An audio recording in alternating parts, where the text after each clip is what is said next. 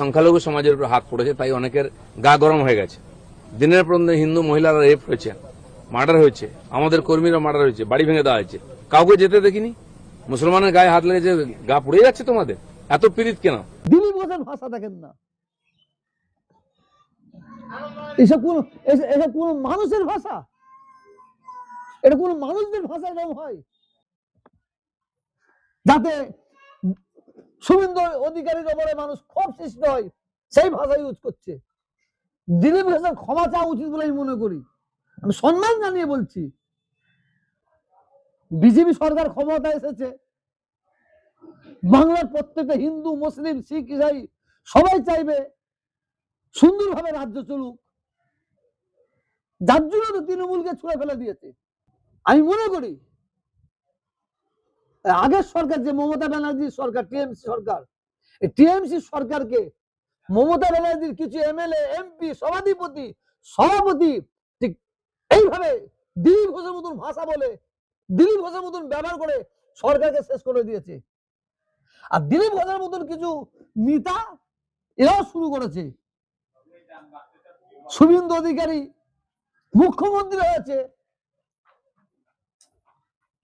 চারিদিক দিয়ে একে একে ভাষা ইউজ করবে, মানুষ যাতে সরকারের ওপর থেকে মন উঠে যায়,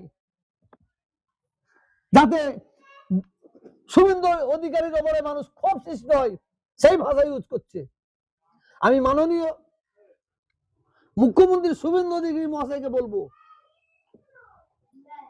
এই ধরনের ভাষা যারা ইউজ করবে প্রত্যেকের জন্য আইন সমান করতে হবে, আইন সবার জন্য সমান। এরপরে আমি মুখ্যমন্ত্রীকে বলবো, দলকে যদি সুস্থভাবে রাখতে হয়, তা আপনার দলের এমএলএ, এমপি যারা আছে তাদের এই ধরনের ভাষা ইউজ করতে নিষেধ করুন। মমতা ব্যানার্জির মন্ত্রীরা, এমএলএ, এমপিরা তারা এই ধরনের মানুষের প্রতি প্রেসার করেছে, অরাজকতা তৈরি করেছে, বাজে ভাষা ইউজ করে দলটা শেষ হয়ে গেছে, খুঁজে পাওয়া যাচ্ছে না। আর এই দলের, আপনার দলের যদি নেতারা এই ধরনের ভাষা ইউজ করে, দুদিন পরে আপনাদের খুঁজে পাওয়া যাবে না। কারণ বাংলার মানুষ চেয়েছে, আপনার ক্ষমতায় এসেছেন, বাংলার উন্নয়ন হবে, যেসব ছেলে মেয়েরা, শিক্ষিত ছেলে মেয়ে চাকরি পেলে তার চাকরি পাবে, শিক্ষা ব্যবস্থা সুন্দর হবে, স্বাস্থ্য ব্যবস্থা সুন্দর হবে, রাস্তাঘাটের ব্যবস্থা সুন্দর হবে, পানীয় জলের ব্যবস্থা সুন্দর হবে। এই জন্য তো বাংলার মানুষ আপনাদের চেয়েছে। আপনার ভাষা সংযত করুন, এমন ভাষা আপনারা বলবেন না কোন ধর্মের মানুষ আঘাত না পায়। এই দেশকে স্বাধীন করতে গিয়ে হিন্দু, মুসলমান হাজার হাজার তার জীবন দিয়েছে। আজকে যারা বড় বড় কথা বলছে, খবর নিলে দেখা যাবে তাদের বাপ দাদা 14 পুরুষ সেই সময় খাটের তলায় লুকিয়ে ছিল।